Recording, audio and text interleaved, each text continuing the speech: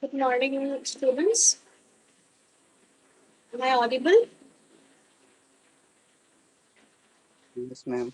Okay. Yes, So, ma'am. okay. So 26 students have joined. Okay. So we can start because it's time. Okay. Let me share my screen.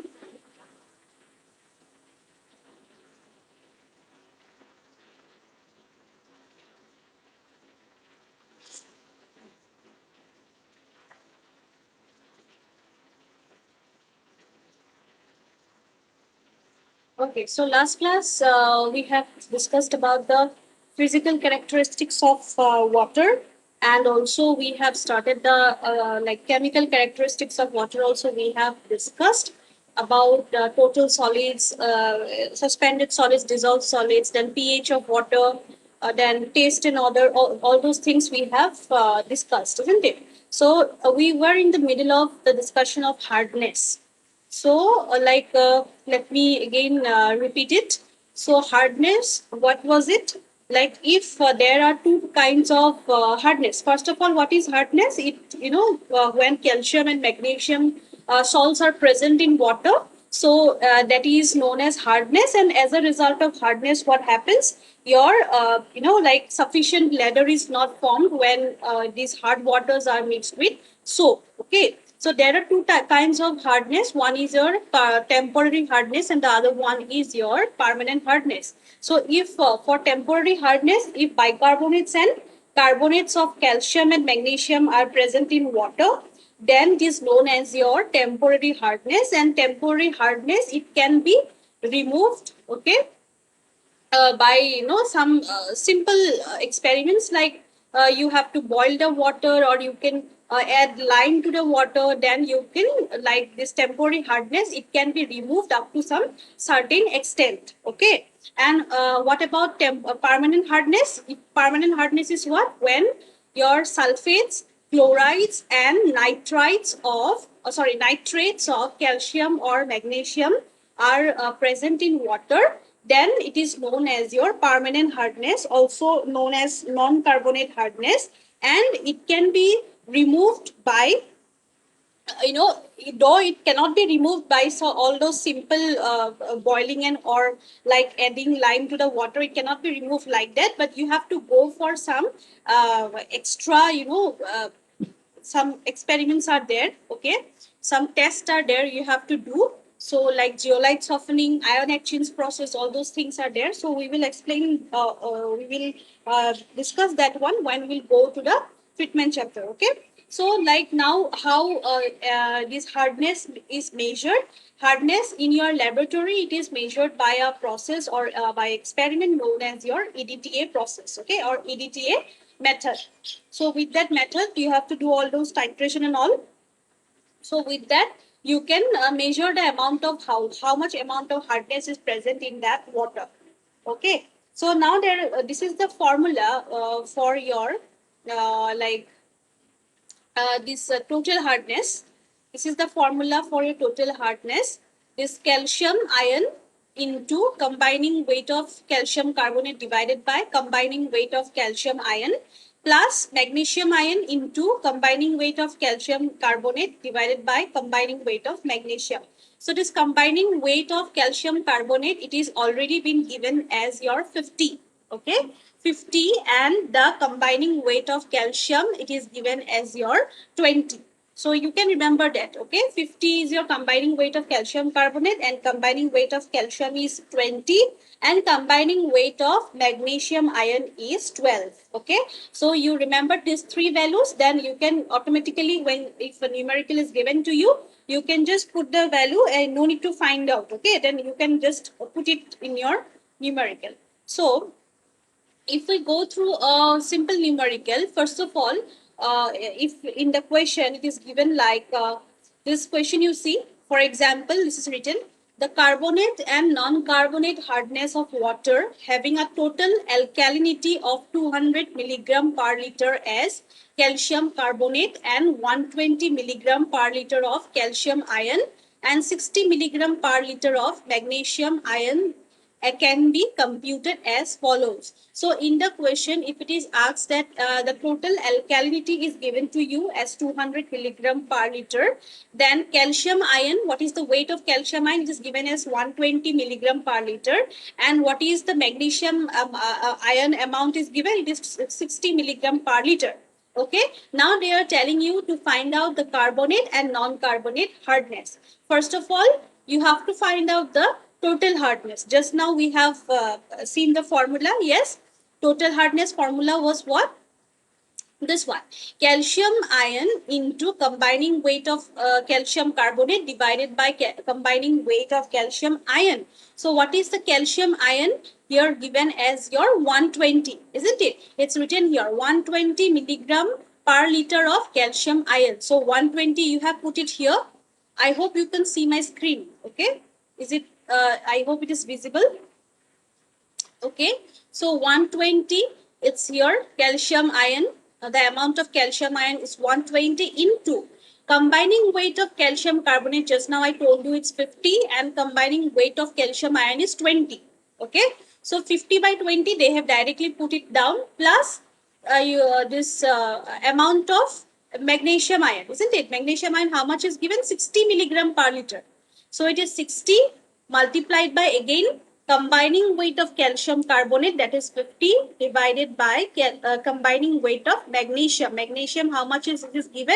12. 12. They have already found it out. Okay. Here you can see the total hardness is equal to, it's 50 by 20 plus 50 by 12. Okay. So you can remember this and you can directly put it down. Otherwise, you have to like you can the atomic weight and all, you have to find it out. Then after finding out, you will get 50 and 20 itself. Okay. So now, after finding the total hardness, they got it to be 550 milligram per liter as calcium carbonate. So now you have two values. One is your alkalinity, it's given in the question, it's 200 milligram per liter. And the other one is your total hardness. You are getting it to be 550 milligram per liter as your calcium carbonate. Okay. So now the question is, you have to find out the carbonate hardness and the non-carbonate hardness. So what is the formula for carbonate hardness? Okay. So the carbonate hardness formula is, it's not like a formula. It's like the alkalinity and the total hardness. Whichever is less, okay, whichever is less, that is your carbonate hardness value. Okay. Did you understand my point? The how you find out the carbonate hardness? It is the lesser of the total hardness and alkalinity. Okay, so in our question, the total hardness, after finding out the total hardness, we got it to be 550 milligram per liter. Yes, and what is the total alkalinity given in the question? It is 200 milligram per liter. So, which is less? Obviously, the total alkalinity in the given in the question is less. It is 200 milligram per liter. So, the carbonate hardness or the temporary hardness, it is your 200 milligram per liter. I hope it is clear. Then next we have to find out the permanent hardness or the non-carbonate hardness. So what is the formula for the non-carbonate hardness? It is what? You have to just subtract the total hardness minus your alkalinity. Okay, total hardness minus the total alkalinity. So total hardness, what you got after finding it out, it's 550. Yes, and total alkalinity is 200. So you just subtract the both values. So 550 minus 200, you will be getting 350 milligram per liter as calcium carbonate, and that is your non-carbonate hardness. Clear, everyone? A very short numerical, 2 marks numerical, it might be in your MCQ. So you go through this PDF. Okay, I have already shared it in your group, so you can go through. Okay, so next, after the total hardness, we have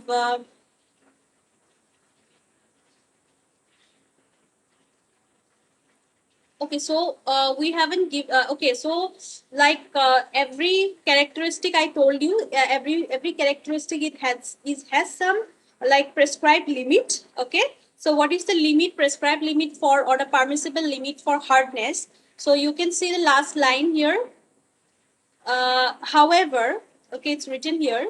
However, for drinking purposes, waters with hardness below 75 ppm are generally tasteless, and hence the prescribed hardness limit for public supplies ranges between 75 to 115 ppm. So what is the prescribed limit, hardness limit for public water supply? It is between 75 to 115 ppm. Okay, so this is the prescribed limit for public water supplies for hardness. Okay, so next is your chloride content. Okay, chloride, like how it is present in water. The chloride, these are generally, like it is present in water in the form of sodium chloride. Okay, everyone know sodium chloride. What is the common name for sodium chloride? It is common salt. Okay, in your kitchen everybody has sodium chloride, everybody has common salt, so you know this thing.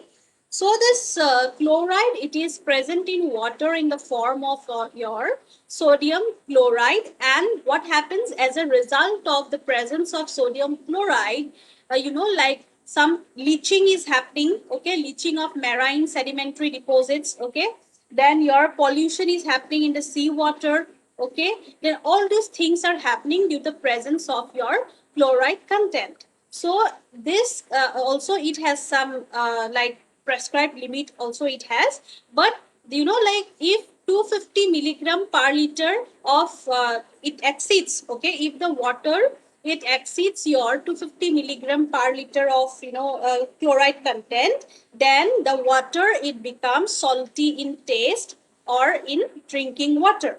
Okay, it becomes, the taste becomes salty and you can no longer drink that water because it becomes objectionable to drink. Okay, so like if the presence of chloride or the sodium chloride is very, it's in a very high quantity, then what happens, it will just now I told you that it may give or as a result of which pollution of water due to sewage may happen. Okay, then again, what is the like prescribed limit for chloride content?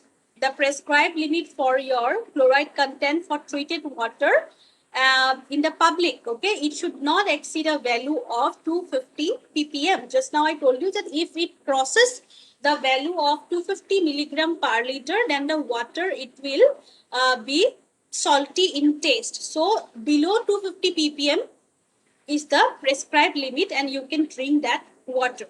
Okay, so this is all about your chloride content. Next is your nitrogen content. So the nitrogen, like the nitrogen, it is how will you indicate, how will you know that nitrogen is present? Like it gives an indication if the organic matters are present in the water, then you can say that nitrogen content or presence of nitrogen is there in the water. Okay, and this nitrogen, it may, it may occur in the water in four forms. Okay, there are four forms. One is your free ammonia, or it is also known as ammonia nitrogen. Number two is your albuminoid or organic nitrogen. Number three is your nitrites, and number four is your nitrates.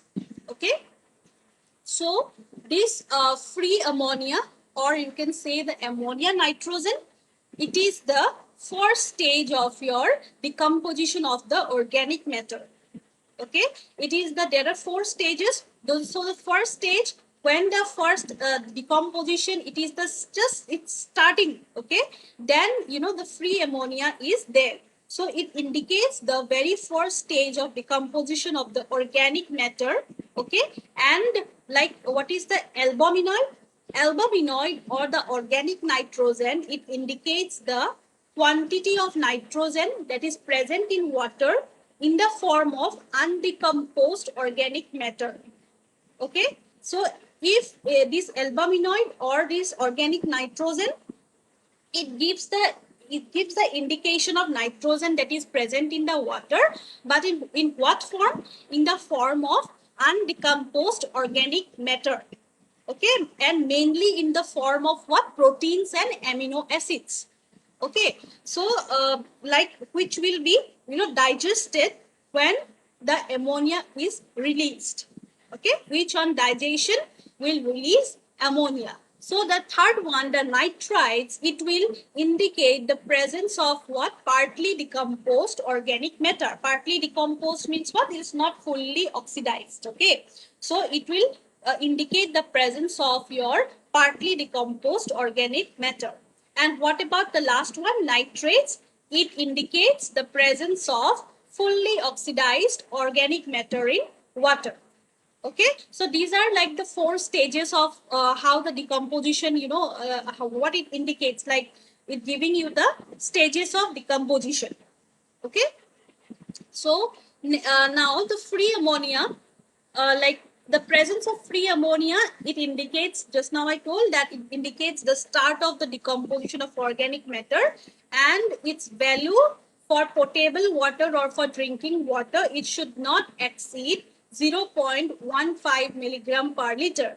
Okay, so it should not exceed 0.15 milligram per liter, and it can be easily measured by how? By simply you boil the water, okay, and you measure the ammonia gas that is liberated by distillation process.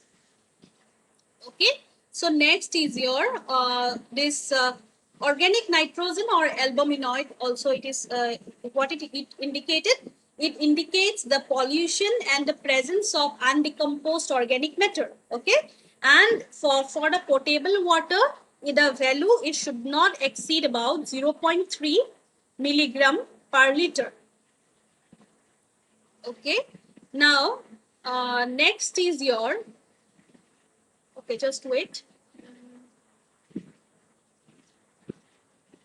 Okay, next is your about your nitrites. So nitrites, it just now told you that it gives you the partly, it indicates, okay, the presence of partly decomposed organic matter.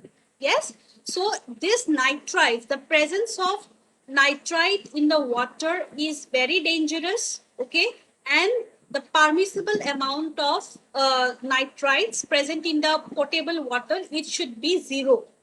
Okay, nitrites should never be present in water. The it should the like the limit is 0. Okay, it should be nil. Then coming to the last one, it is nitrates. So nitrates, it is representing the fully oxidized organic matter. Okay, and such waters, when it is fully oxidized organic matter is there, so the water is not harmful. Okay, and like if due to the presence of nitrates, in the if too much of nitrates is present in water, though it is not harmful, but excess of everything is bad, isn't it? So if excess of nitrates is present in water, then like the infants or the babies, you can say, they are more likely to be affected by a disease. It is known as your methemoglobemia. Okay, methemoglobinemia. This is a disease, or commonly it is known as your blue baby disease. Okay, the scientific name or the technically called name is your methemoglobinemia, and the like a common name also everyone knows, I guess, it is known as your blue baby disease. Okay, so due to this blue baby disease, what happens, the infants, they like vomit, or they continuously vomit, and their skin color, it becomes very dark, and in some extreme cases, the babies may also, the infants may also lead to death. Okay, they also die. So excess of your nitrates is causes a disease known as your blue baby disease. You should remember this. Then the nitrate concentration in the domestic water supplies, it should be limited to 45 milligram per liter. So it should not exceed 45 milligram per liter. Okay. Okay, this was all about your nitrogen content. Okay. The next is your metals and other chemical substances. So in the water, okay, there are like many metals and other chemicals are also present in the water. So the different tests are it is carried out to determine how much of metals and other substances are present and what kind of metals and substances are present, like copper, barium, manganese, iron, arsenic, all this fluorine, all these things are this comes under your metals and other substances. So these are also present in water. Okay, so um next is your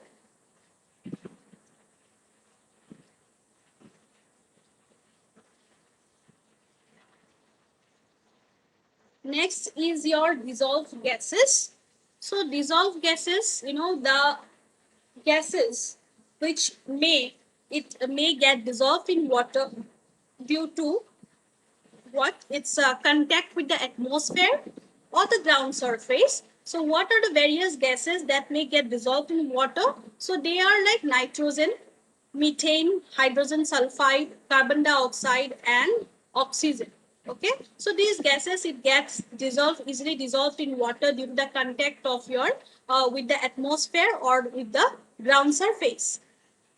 So this nitrogen gas it is of not much very important.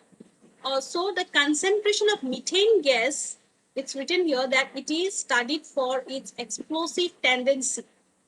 Okay, the methane gas is studied for its explosive tendency, and the hydrogen sulfide gas, if it is present in very small amount also, so what will happen? It will give a very bad taste in order to the water. Hydrogen sulfide, everyone knows it is you have the smell of a rotten egg. Okay, you know the smell of a rotten egg. So that is your hydrogen sulfide gas. Okay, so the hydrogen sulfide gas, if it is present in very small amount also in the water, so it will give you very bad taste in order to the water. Okay, and therefore this hydrogen sulfide gas it should be completely removed. Then the presence of your carbon dioxide gas in the water, this also gives some biological activity like what? It imparts some bad taste in order to the water, and also it causes corrosion to the water, like this to the pipes and all. It causes corrosion. Okay. Now next is your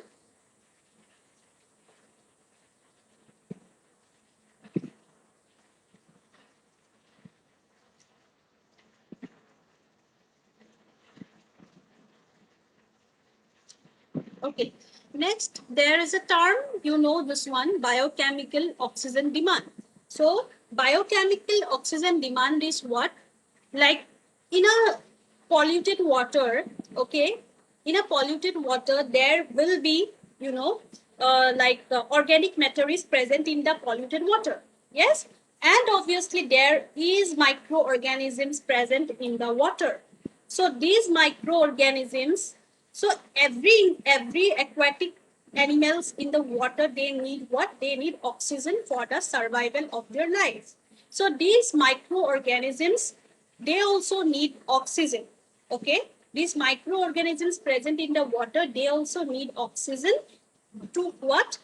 To oxidize the organic matters that are present in the water. Okay, they consume oxygen to decompose the organic matter that are present in the water. So this term it is known as your biochemical oxygen demand.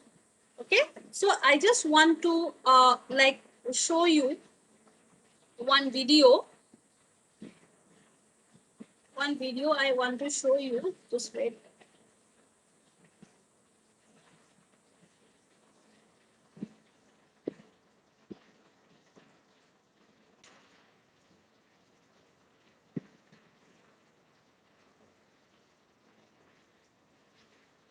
Here it is explained nicely. You just listen carefully, okay?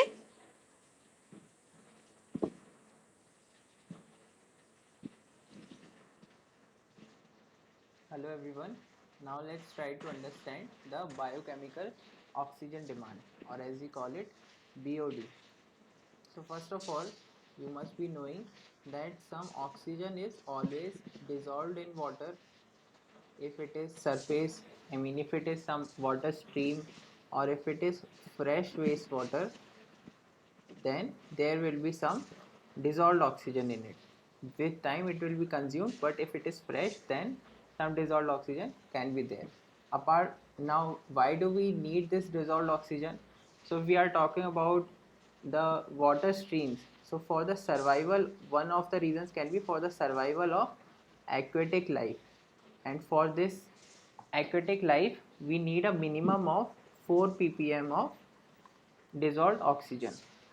Now here let's talk about wastewater.